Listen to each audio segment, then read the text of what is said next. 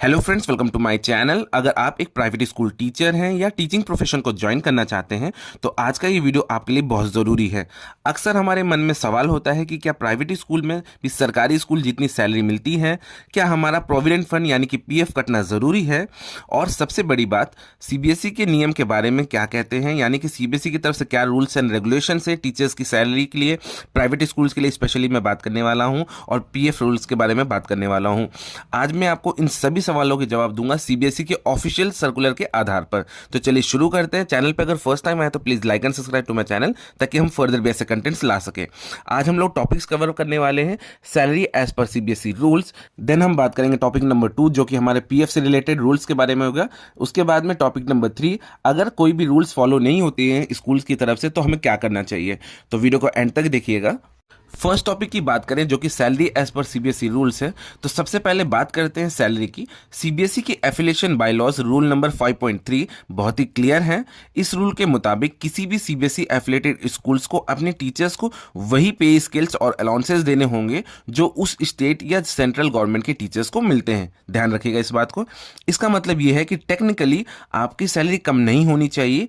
अधिकतर अच्छे स्कूल 7 पे कमीशन को फॉलो करते हैं। अगर हम एक अंदाजा लगाएं तो यानी कि पीआरटी की अगर सैलरी की बात की जाए तो 35,000 से लेके 45,000 के बीच होनी चाहिए।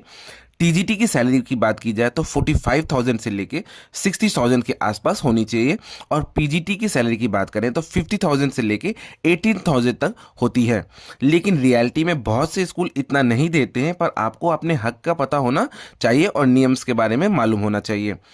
अब बात कर लेते हैं टॉपिक नंबर 2 जो कि पीएफ रूल से रिलेटेड है, यानी कि प्रोविडेंट फंड से रिलेटेड है। अब आते हैं सबसे ज़रूरी सवाल पर, क्या प्राइवेट टीचर्स का भी पीएफ कटना ज़रूरी है। इसका जवाब है जी हाँ, बिल्कुल। बिकॉज सीबीएसई ने अपने सर्कुलर नंबर 14/2022 में साफ किया है कि हर एफिलेटेड स्कूल्स को ईपीएफओ यानी कि एम्प्लॉयज़ प्रोविडेंट फंड ऑर्गेनाइजेशन के साथ में रजिस्टर होना कंपलसरी है।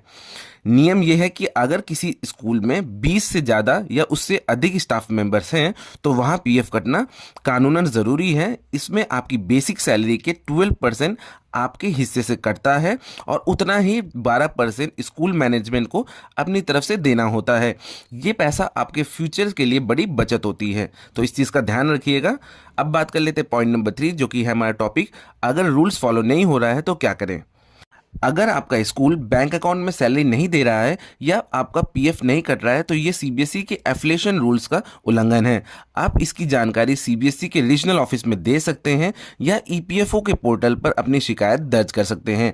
हर टीचर को अपना अपॉइंटमेंट लेटर और सैलरी स्लिप को हमेशा संभाल कर रखनी चाहिए।